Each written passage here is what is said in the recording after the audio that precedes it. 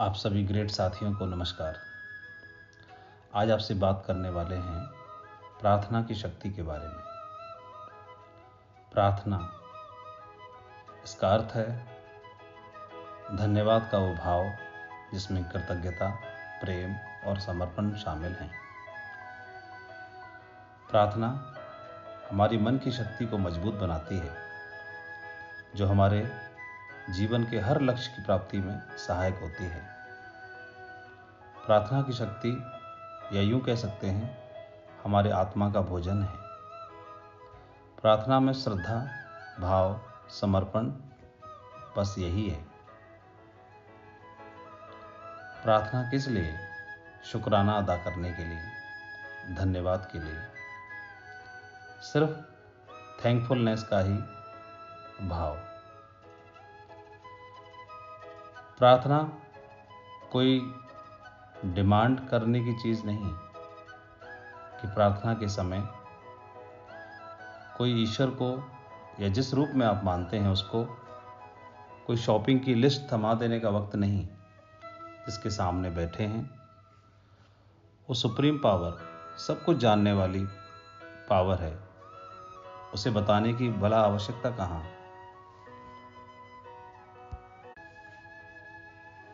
फिर प्रार्थना क्यों? प्रकृति का एक, या ऐसे ये कह सकते हैं इस ब्रह्मांड का एक सिद्धांत है, वह खाली जगह को कभी बर्दाश्त नहीं करता। वो हमेशा ही किसी भी खाली जगह को हमेशा ही भर देता है। ये ब्रह्मांड, कोई खाली कमरा है तो उसे अपने आप से भर देगा, हवा से भर देगा, अपनी ऊर्जा से भर देगा। ये पूरा ब्रह्मांड तो ऊर्जा से बना है। जिसे हम देखते हैं वो भी, जो दिखाई नहीं देता वो भी। पूरा सौरमंडल, पूरा ब्रह्मांड, पूरा यूनिवर्स, पूरी गैलेक्सी, चांद, तारे जो हमें दिखते हैं, प्रकृति, पहाड़, नदियाँ, नाले, पेड़ पौधे, जानवर, पशु पक्षी, जो दिखता है वो सब, और जो नहीं दिखता वो भी, सभी कुछ तो ऊर्जा का ही स्वरूप है। या ये कह सकते हैं सभी कुछ इस ब्रह्मांड का स्वरूप है। तो ब्रह्मांड के हर कण में विराजने वाली शक्ति को हम सुप्रीम पावर कहते हैं, ईश्वर, अल्लाह, रब कहते हैं। तो उसका एक सिद्धांत है, वो खाली जगह को बर्दाश्त नहीं करती, वो हर खाली जगह को भर देती है। तो प्रार्थना किस लिए? प्रार्थना समर्पण के लिए। समर्पण में हम, प्रार्थना में, प्रेयर में हम समर्पण भाव से अपने आप को खाली कर देते हैं, ताकि वो हमारे अंदर समा सके, वो हमें अपने आप से भर सके। प्रार्थना जीवन को देने के लिए, जो दिया उसके लिए, प्यार के लिए, करुणा के लिए, शुक्राना अदा करने के लिए। एक बार गांव में सूखा पड़ा, सभी लोग प्रार्थना करने के लिए पास वाले गांव जाने लगे। सूखा न रहे इसलिए एक बच्चा छाता लेके साथ में आया। सभी ने बोला, सूखा पड़ा है, तुम छाता लेके आए हो? बच्चा बोला, हम ईश्वर से प्रार्थना करने जा रहे हैं। प्रार्थना तो कबूल होगी ही, पूरी होगी ही, तो फिर बारिश होगी तो छाता की जरूरत होगी ना। उसका भरोसा, यही है प्रार्थना। प्रार्थना हमारे आत्मा का भोजन है। सिर्फ हाथ जोड़ना या सजदा करना ही प्रार्थना नहीं है।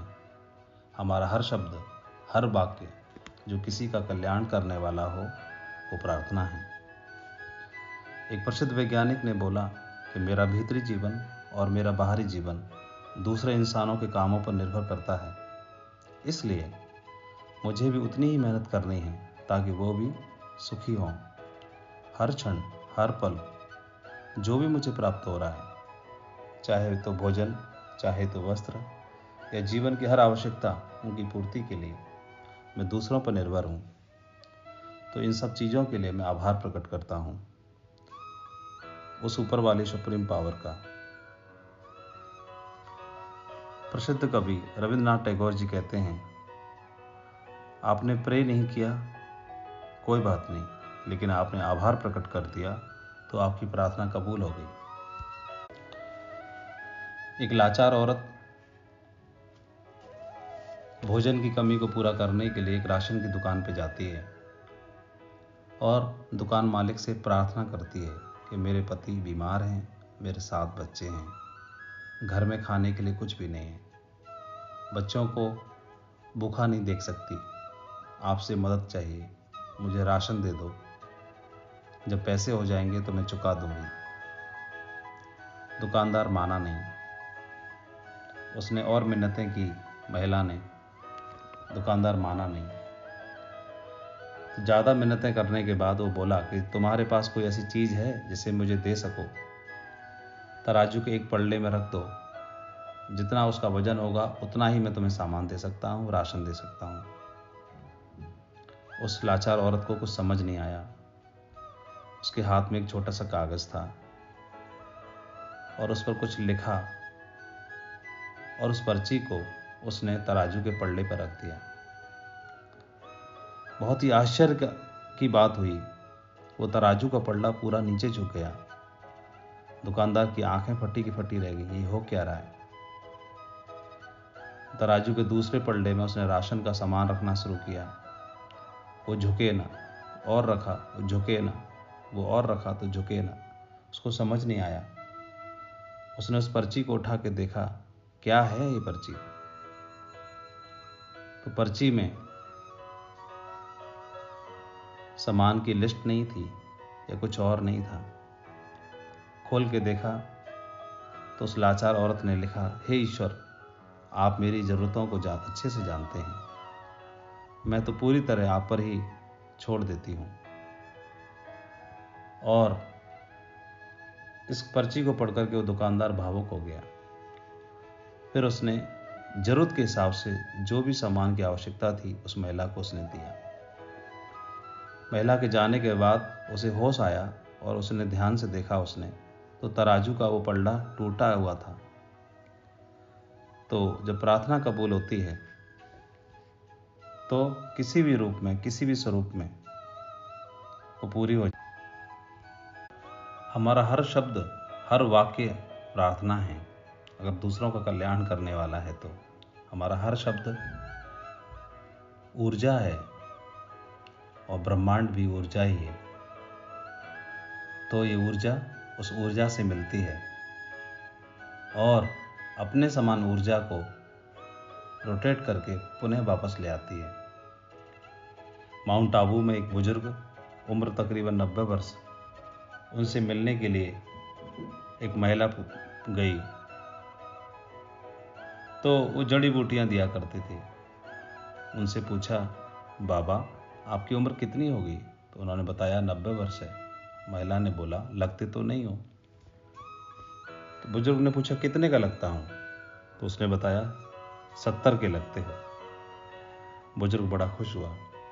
फिर उसने बताया, खुद ही स्वतः ही मैं सारा काम अपना खुद ही करता हूँ और यहाँ भी बैठता हूँ, दवाइयाँ भी देता हूँ और खुश रहता हूँ। महिला ने पूछा, सेहत का राज क्या है आपकी का? तो बुजुर्ग बोले, मुझे याद नहीं कितने सालों से, कई वर्षों से मेरा एक नियम है। मैं सुबह सो के उठता हूँ तो सबसे पहले जो वस्तुएं, जो व्यक्ति, जो चीज़ें मेरे अनुकूल हैं, उन सब के लिए ईश्वर का आभार प्रकट करता हूँ और तब तक, जब तक कि मेरी आंखों से आंसू नहीं आ जाते। इसे कहते हैं प्रार्थना। हर शब्द, हर सुंदर वाक्य प्रार्थना है। एक गांव में एक बालक डॉक्टर बनना चाहता था। डॉक्टर बनने का सपना लेकर के पढ़ाई कर रहा था। मेडिकल एंट्रेंस एग्जाम दिया, परिणाम आया 98.5%। पास के शहर के मेडिकल कॉलेज में एडमिशन लेना था। कॉलेज का कट ऑफ था 99%। बहुत मायूस तो हुआ लेकिन निराश नहीं हुआ। मन में इच्छा आई कि फॉर्म लेके आता हूँ, भरता हूँ, बाकी ऊपर वाले की मर्जी। घर वालों ने समझाया, परिवार वालों ने और गांव वालों ने भी, क्यों शहर जाते हो, क्यों परेशान होते हो, क्यों खर्चा करते हो, एडमिशन तो होगा ही नहीं, किसी और कॉलेज में ट्राई करो। बच्चा नहीं माना। गया, फॉर्म लेके आया, भरा। 1 महीने के बाद वहाँ से कॉलेज से लेटर आया। इस दरमियान में बच्चा अपनी पढ़ाई की तैयारी करता रहा, प्रार्थना करता रहा। कॉलेज से लेटर आया 1 महीने के बाद और उसमें लिखा था कि आपका एडमिशन स्वीकार हो गया है। कैसे प्रार्थना कबूल होती है? हुआ यूँ कि उसी कॉलेज में उसी क्षेत्र के एक विधायक की बेटी भी डॉक्टर बनना चाहती थी। उसने भी वहाँ पर अप्लाई करके रखा था। उसकी पहुँच थी सीधी मेडिकल कॉलेज तक। तो कॉलेज वालों को उनका रिगार्ड करना पड़ा और घटा करके जो कट ऑफ था वो 99 के बजाय 1% घटा के 98 पे कर दिया और इनका एडमिशन स्वीकार हो गया। शास्त्र कहते हैं everything is prewritten, but with prayer everything is rewritten. Everything is energy और we are part of this energy. एक व्यक्ति मौत के बाद ऊपर पहुंचा, शिकायत करने लगा कि हे प्रभु, मेरे अच्छे समय में आप मेरे साथ थे, लेकिन बुरे समय में आप मेरे साथ नहीं रहे। मुझे आपसे शिकायत है। प्रभु बोले, ऐसा क्यों लगता है? तो बोला, देखो, निकालो सीसीटीवी फुटेज निकालो। तो जहाँ जहाँ मेरा अच्छा समय है वहाँ 2 जोड़ी पैर हैं, आपके भी और मेरे भी। लेकिन यहाँ देखो, ये मेरा बुरा वक्त है, यहाँ पर एक ही जोड़ी पैर हैं। आप मेरा साथ छोड़ गए। जवाब मिला उसे, हाँ, ये एक ही जोड़ी पैर हैं, लेकिन ध्यान से देखो, तुम्हारे नहीं, मेरे हैं। जब तुम्हारा बुरा वक्त था मैंने तुम्हें गोद में उठा लिया था। तो ये ऐसा ही करता है यूनिवर्स, ये ब्रह्मांड, ये प्रकृति हमेशा हमारे लिए अच्छा करती है जो हमारे अनुकूल है। बस उसके लिए धन्यवाद का भाव प्रकट करना बहुत जरूरी है। और आप अपना कीमती समय देकर मदद कर रहे हैं, साथियों की, टीम की, लीडर्स की, उनसे गले मिल रहे हैं, उनके लिए उनके साथ खड़े हैं, उन्हें आगे बढ़ाने के लिए प्रयास कर रहे हैं। तो चाहे प्रार्थना न भी की हो तो भी आपकी सच्ची प्रार्थना हो रही है।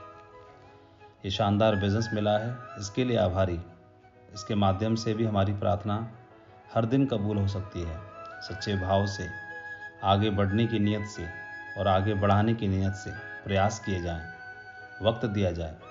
तो अपने साथियों को, जिनको ज़रूरत है आज घर में खुशियों के चिराग जलाने की, उनके घरों में खुशियों के चिराग जलाने का प्रयास करो। अपने आप को झोंक दो। हर दिन, हर सांस में आपकी प्रार्थना कबूल होगी।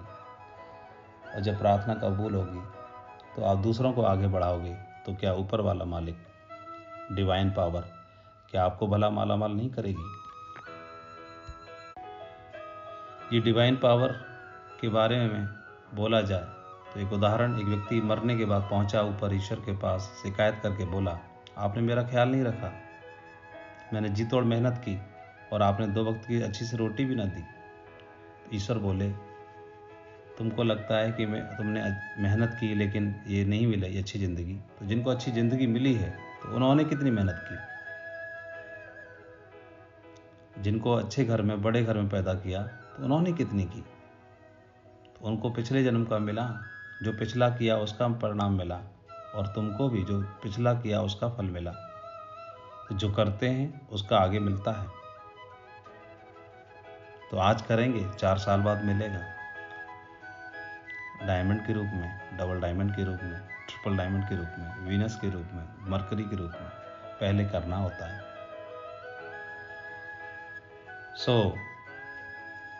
एक बच्चा माँ की शिकायत करता रहता हमेशा ही। जब भी पिता लौट के आते ऑफिस से, शिकायत करता, माँ ने डांटा, माँ ने टाइम पे खाना नहीं दिया, माँ ने मैगी नहीं बनाई, माँ ने ये किया, माँ ने वो किया। 1 दिन हुआ, 2 दिन हुआ, 3 दिन हुआ, 4 दिन, हर दिन की आदत बना ली। अब तो माँ बोली कि पापा को जाने दे, आज तो तेरे को ढंग से कुटूंगी। जो माँ जिगर के टुकड़े को प्यार करती है तो वह भी ऐसा बोलने के लिए मजबूर हो जाती है। तो इस ब्रह्मांड को भी हर दिन शिकायत करते रहेंगे, तुमने ये नहीं किया, मेरे लिए ये नहीं किया, मुझे ये नहीं बनाया, मेरे साथ ये नहीं किया, मेरे साथ वो नहीं किया, तो भला वो कैसे खुश होगा।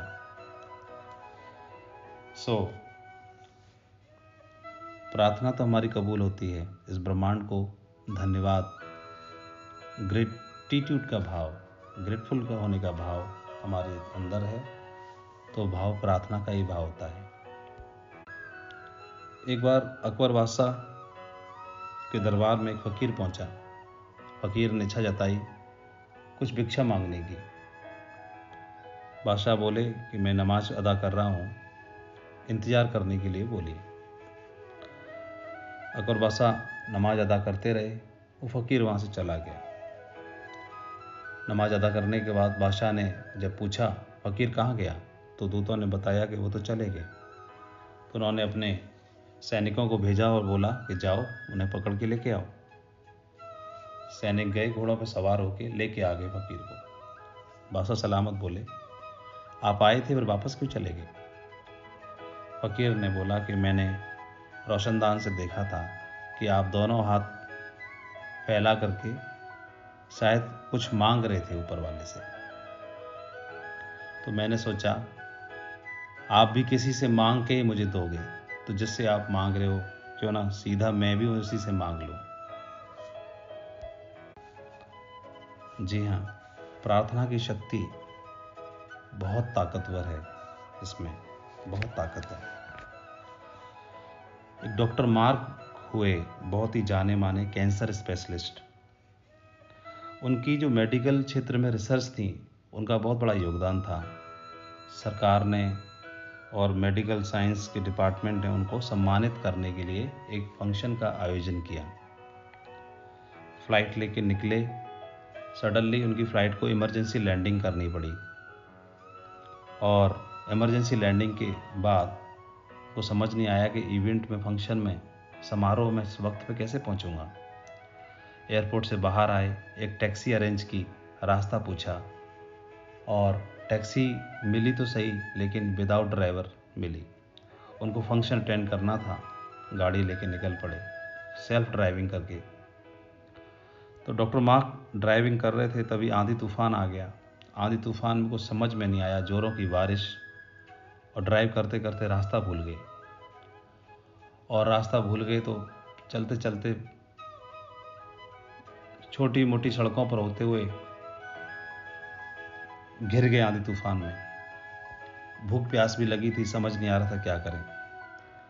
तभी पास में एक झोपड़ी दिखाई दी, उस झोपड़ी की तरफ नज़दीक चले गए, अपनी समस्या बताई।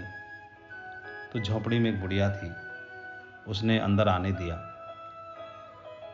और बोला कि आप आओ, जब ये थम जाए तूफान तो आप चले जाना।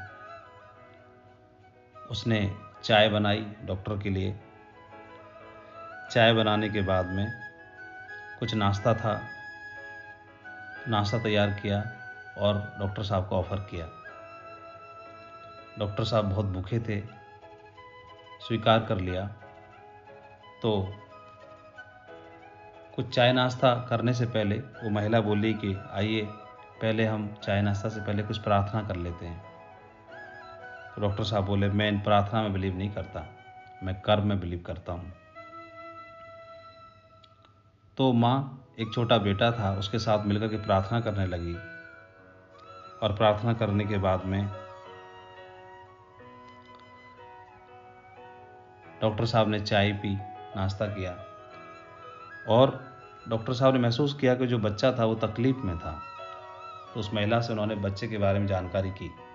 तो महिला ने बताया कि मेरे बच्चे को एक बहुत भयंकर एक कैंसर की बीमारी है, और किसी ने बताया है कि इसका इलाज सिर्फ एक डॉक्टर ही कर सकता है, कोई डॉक्टर मार्क हैं वो, लेकिन उनका इलाज बहुत महंगा है, मेरे पास पैसे नहीं हैं, तो मैं वहाँ जा नहीं सकती।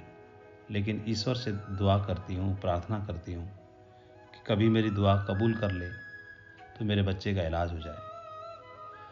उस बुढ़िया के मुंह से अपना नाम सुनते ही डॉक्टर मार्क अवाक रह गए, और एक एक करके उनको सारी घटना उनके दिमाग में घूमने लगी।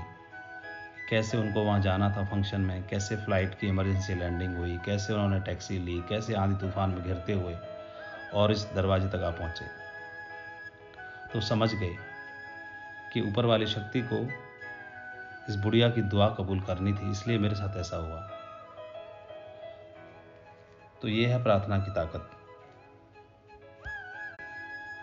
तो हमें तो बहुत शानदार मौका मिला है इस बिजनेस के माध्यम से बहुत सारी प्रार्थनाएं करने का, बहुत सारी दुआएं कबूल कराने का और बहुत सारा पुण्य कमाने का। आपको अपनी ज़िंदगी संवारने का मौका मिला है। लेकिन कितना सुंदर रास्ता है कि आपको अपनी ज़िंदगी संवारनी है, दूसरों की ज़िंदगी संवारने के रास्ते से होकर के आपकी ज़िंदगी संवरेगी। तो दूसरों की ज़िंदगी संवारिए, आपकी अपने आप संवरेगी, अपने आप फल फूल हो गए आप। ऐसा मौका मिला है हमें।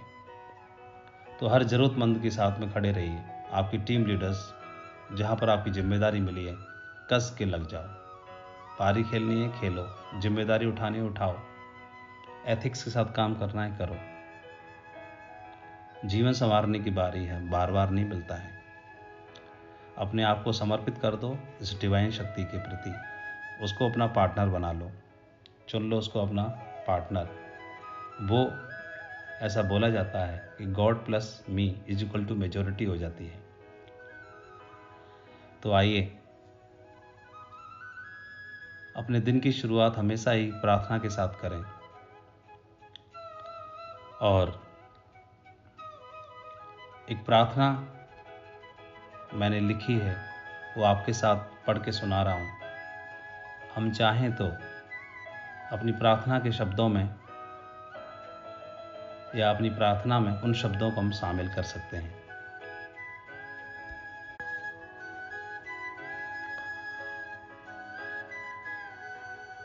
प्रार्थना के लिए आइए शुरुआत करते हैं। हे पूरे ब्रह्मांड के मालिक, कण कण में वास करने वाली असीम दिव्य शक्ति, आपका कोटि कोटि धन्यवाद है। आप हर पल हर क्षण हमारे साथ हैं। इसलिए आज का दिन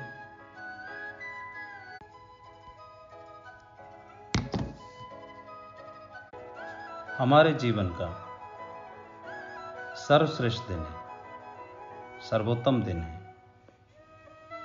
प्यार, आदर, सम्मान, जैकपॉट से भरा हुआ दिन है। हे दोनों जहां के मालिक, हमारे अंदर असीम शक्ति है, असीम शांति है, असीम शांति है, असीम शांति है। और हमारे पास प्रचुर मात्रा में धन है। हमारे पास प्रचुर मात्रा में धन है जिसका हम हमेशा ही सदुपयोग करते हैं। हमारे संपर्क में आने वाली हर वस्तु, हर व्यक्ति, जगह, परिस्थिति, वातावरण, समय, धन, मौसम, यातायात, जन कुंडली, सभी कुछ हमारे अनुकूल है। हम कृपाशाली हैं, हम भाग्यशाली हैं। हम पर आपकी असीम कृपा है, हम पर आपकी असीम कृपा है, हम पर आपकी असीम कृपा है।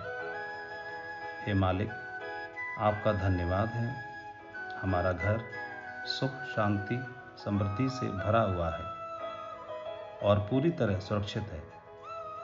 हम जीवन के हर क्षेत्र में सफल हैं, सफल हैं, सफल हैं। जो आपने हमें दिया वो सब हमारे अनुकूल है। जो देंगे वो भी हमारे लिए अनुकूल होगा। आपने परिवार के लिए जो खुशियाँ दी हैं, जो बरकत दी है, जो कृपा की है, हम आभारी हैं। मुझे दिव्यता दी है मेरे मन में, विचारों में, हृदय में, वाणी में, रोम रोम में। मैं आभारी हूँ। हे मालिक, जो आपने मुझे जिम्मेदारी दी है परिवार की, टीम की, मैं उसके लिए आभारी हूँ। मैं धन्यवाद देता हूँ मेरे सभी सपने पूरे करने के लिए जो आपने दिव्य आशीर्वाद दिया, ताकत दी। मेरा रोम रोम अभिभूत है। मुझे दुनिया का शानदार बिजनेस दिया जहाँ पर आपकी कृपा है। मेरे ऊपर और मेरी टीम के ऊपर आपकी कृपा है। मेरा हर सपना समय से पहले ही पूरा हो जाता है। मेरा रोम रोम आभार व्यक्त करता है। मेरी टीम के सभी साथियों का हर गोल समय से पहले ही पूरा हो जाता है। मेरी टीम और मैं आपका कोटि कोटि धन्यवाद अदा करते हैं। इस जहां की सर्वश्रेष्ठ टीम बनाने की ताकत और दिव्य आशीर्वाद देने के लिए पद्मों पद्म आपका धन्यवाद अदा करते हैं। हे मालिक, पूरे ब्रह्मांड के स्वामी, हर कण में, हर रज में समाने वाली शक्ति, दिव्य शक्ति, आपको मैं नमन करता हूँ। आपका धन्यवाद है। पद्मों पद्म आपका धन्यवाद है। मेरा रोम रोम धन्यवाद अदा करता है। जीवन में खुशियों के लिए, सुख के लिए, शांति के लिए, उन्नति के लिए, समृद्धि के लिए सभी की ओर से आपका धन्यवाद है। इस पूरे विश्व को अपना दिव्य आशीर्वाद देने के लिए, पूरे भारत देश को अपना आशीर्वाद देने के लिए और हमारी पूरी टीम को दिव्य आशीर्वाद देने के लिए हम आभारी हैं, आभारी हैं, आभारी हैं।